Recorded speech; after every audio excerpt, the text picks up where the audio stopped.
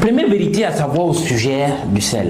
Le sel, c'est un cadavre alimentaire. Et le mot n'est pas fort. Parce que vous devez savoir qu'au départ, on a deux types de sel. On a le sel de mer et on a le sel de terre. C'est le sel de chèvre, communément appelé le kangouan. Voilà, ça entre dans la constitution de beaucoup de mers africains. Et le deuxième sel, c'est le sel de mer. En réalité, sa forme originelle n'est pas blanche comme ça. Et elle n'est pas sous forme aussi granulée. Ça, c'est des petits grains. La vérité, c'est qu'au départ, le sel de mer, qui est bio, a tous les éléments dont votre sang a besoin pour fonctionner de façon optimale. Il est sous forme de gros cristaux qui ont la couleur du sel de terre qui est brune. Et c'est en s'étant rendu compte que le sel de mer avait énormément d'éléments nutritifs, on pouvait extraire beaucoup de choses qu'on pouvait commercialiser. Au titre des choses qu'on pouvait extraire, il y a par exemple le carbonate de sodium, le bicarbonate de sodium et la soude. C'est vrai qu'une fois qu'on a extrait ça, il reste sous la main le NaCl. Et on se rend compte qu'on peut encore extraire du NaCl énormément d'éléments au titre duquel, par exemple, le javel,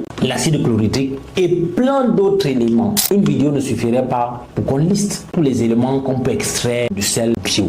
Et c'est une fois qu'on a extrait tout ça qu'il reste ce que vous voyez sur la table là, ce que nous consommons. En réalité, c'est un aliment mort, c'est un aliment complètement dévitalisé. C'est pour ça que je l'appelle un cadavre alimentaire. Ça veut dire qu'on a extrait pratiquement tout ce qui est important dans le sel pour ne rester qu'avec le déchet. Donc c'est véritablement, quand je parle de cadavre, c'est au premier degré. Et je pense même le cadavre, même c'est un mot gentil. Parce que c'est comme pour un être humain à qui on avait retiré l'âme. Ça veut dire qu'on a retiré l'âme de cet élément nutritif là, complètement.